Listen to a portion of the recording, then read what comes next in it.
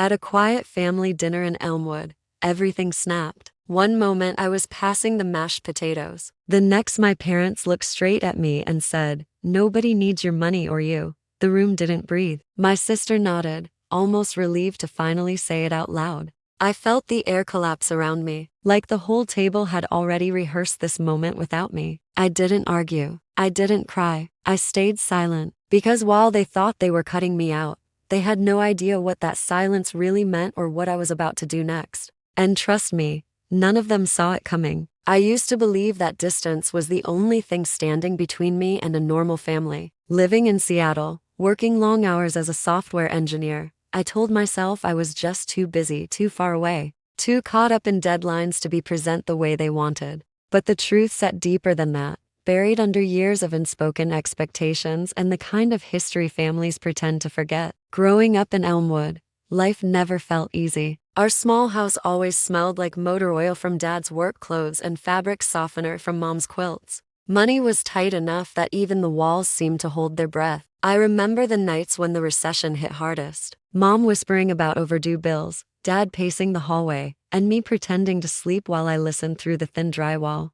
Back then, I thought if I worked hard enough, I could pull us out of that darkness somehow. Olivia, my younger sister, used to crawl into my bed whenever the shouting got loud. She'd clutch my arm and ask, "We're not going to lose the house, right?" I'd tell her no, even when I wasn't sure myself. I was 12, she was 10, and I somehow decided it was my job to carry her fears along with my own. That promise stuck to me like a second skin. School became my escape. I studied under a flashlight so I wouldn't wake her up. Teachers pushed me toward computers, saying I had a mind built for solving chaos. By high school, I was winning coding competitions and dreaming of a life bigger than Elmwood, one without the weight of past due notices or cold dinners eaten in silence. When I earned a scholarship and left for the city, I carried more than luggage. I carried guilt and a sense that I was leaving Olivia behind in the very storm I'd promised to shield her from. But I didn't disappear. Every paycheck I earned felt like a new chance to fix something back home. The cracked pipes,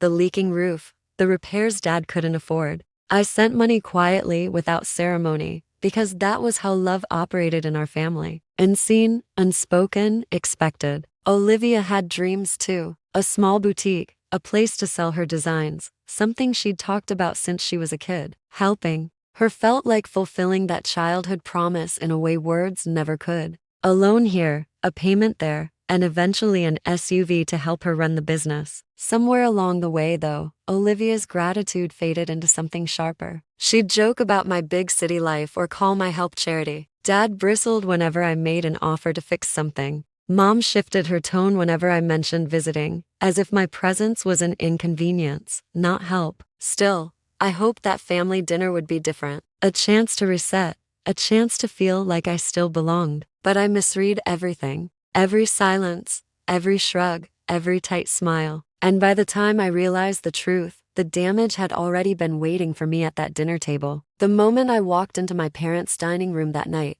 something felt off. Not loud, not obvious, just a heaviness, like the air had already decided what was going to happen before I even took my seat. Mom barely looked up when I came in. Dad gave a stiff nod. Olivia flashed a smile that didn't reach her eyes, the same practiced one she used when she wanted to hide irritation behind politeness. I tried to ignore it. I asked about work, about the boutique, about how they'd been holding up. Each answer was short, clipped, like they were checking off boxes in a script they didn't want to perform. At one point, Olivia made a comment about my hair, so corporate with that sly little tone that made it sound like a compliment, but felt like a slap. Dad muttered something about me being busy in the city, and Mom sighed dramatically when I offered to help with a few repairs around the house. It wasn't new. These little stings had been simmering for years, but tonight they were sharper, more deliberate, and I couldn't shake the feeling that they'd been rehearsing something without me. Dinner was served, and for a few minutes, everyone pretended to be normal. Forks scraped, plates, glasses clinked. Olivia talked about her store being community supported. Her words pointed as if rewriting history right in front of me. I almost corrected her, almost, but swallowed it. I'd told myself I came to reconnect, not to argue. Then it happened. Dad set down his fork. The sound was too loud in the quiet room. He looked straight at me, expression hard, almost resentful. "We don't need your money, Sarah." Mom didn't miss a beat. "Or you," she added, the words sliding out smooth, practiced. For a second, I just blinked. I thought I misheard. My ears rang. My chest tightened. The room tilted ever so slightly. But then Olivia leaned back in her chair, crossed her arms, and said it. "She's right. Nobody needs your money. Or you." It wasn't a whisper. It wasn't hesitation. It was agreement. Cold, final, like she'd been waiting for someone else to say it first. I looked around the table, searching for any flicker of doubt, any sign that someone might speak up for me. But every pair of eyes avoided mine. That was the moment everything snapped. Not because they rejected me, but because I finally understood. They'd already decided I didn't belong. And they'd decided it long before I ever sat down at that table. I didn't remember standing up from the table. One moment Olivia's words were echoing in my head, and the next I was outside on the porch, breathing in the cold Missouri night as if it could wash the sting off my skin. The air tasted like winter, sharp, metallic, nothing like the warmth I used to imagine when I pictured home. I leaned against the railing, letting the silence settle. I stayed silent, not because I agreed with them, but because if I opened my mouth, I wasn't sure whether I would scream or break. I walked to my car without looking back. No one followed. Not Mom, not Dad, not Olivia. For years, I had been their emergency fund, their fixer, their safety net. And now, in the moment I needed even an ounce of empathy, the entire table stayed seated like my absence made dinner easier. At the hotel, the room felt too clean, too quiet, like a blank page I didn't know how to fill. I sat on the edge of the bed, replaying their voices, their expressionless faces, the way Olivia didn't even flinch when she echoed, "Nobody needs you." I pressed my palms against my eyes until stars burst. Then my phone buzzed. Nora Hayes. She wasn't someone who called casually. She knew I didn't like surprises. I answered with a shaky breath. "Sarah,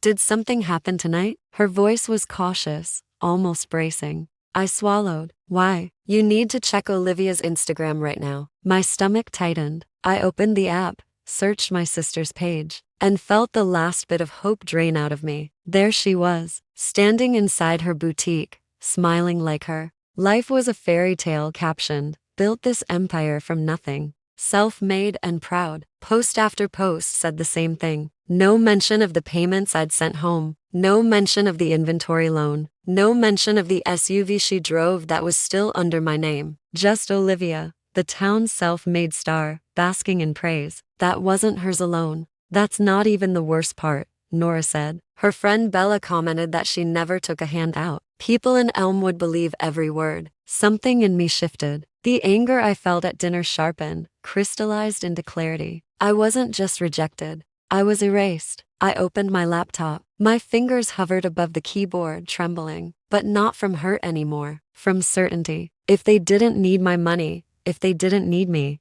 then I didn't need to keep holding everything together. I searched for the SUV's title first, then the loan papers for Olivia's store, payments, bills, transfers, years of quiet support, staring back at me in cold, undeniable lines. And for the first time that night, I didn't cry. I didn't fall apart. I just sat there, breathing steady, realizing something they never expected. Silence wasn't surrender. It was the beginning of my pushback. I barely slept that night, not because I was crying. Those tears had dried hours ago, but because my mind had shifted into a place I hadn't visited in years, a place of precision, strategy, clarity. The same part of me that once solved coding puzzles at midnight now examined every thread of my family's narrative and realized exactly where to pull. By sunrise, the sky outside my hotel window was washed in pale orange. Elmwood was waking up, coffee brewing, trucks starting, people strolling into diners. But I felt strangely detached, as if I were observing someone else's town, someone else's life.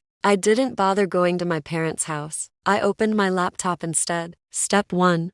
The SUV. The black SUV Olivia loved flaunting, posing next to it for her girl boss posts, was still legally under my name. I had bought it outright, thinking it would help her deliver inventory, attend vendor markets, and build her boutique. I remember the look on her face when I handed her the keys. Gratitude. The kind you can't fake. Funny how quickly that kind of gratitude erodes when pride takes over. I searched for the dealership's number and pressed call. Hi, I need to initiate a repossession, I said steadily. Yes, I'm the titled owner. The manager asked for paperwork. I emailed it within minutes. He hesitated. Do you want to give notice? No, I replied. Just retrieve it today. A strange calm washed over me. Not victory, not spite, just release. While waiting for confirmation, I opened another tab. Step 2.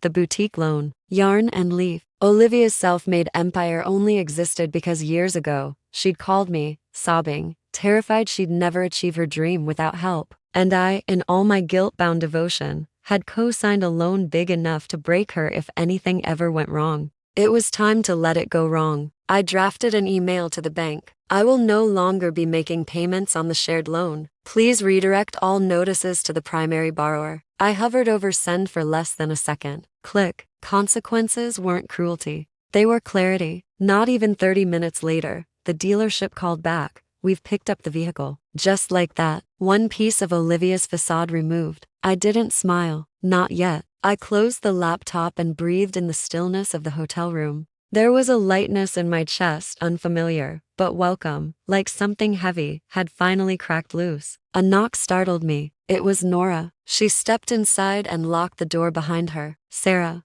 people are talking, she said quietly. The SUV got taken from Olivia's driveway, and the bank called her about missed payments. I raised an eyebrow. Already? She's freaking out, posting cryptic stories, deleting comments. Letter, I said. Nora sat beside me, studying my face. Are you okay? Truly, I thought about it. Really thought about it. I'm done being her safety net, I said. If that breaks her facade, she built it to thin. Nora let out a breath that sounded like relief. Good, but the day wasn't done. By late afternoon, chaos bloomed across Elmwood like wildfire. A friend texted Nora screenshots from the town's community page. Did Olivia lose her SUV? Thought she bought that herself. Heard her boutique might not make rent. Self-made.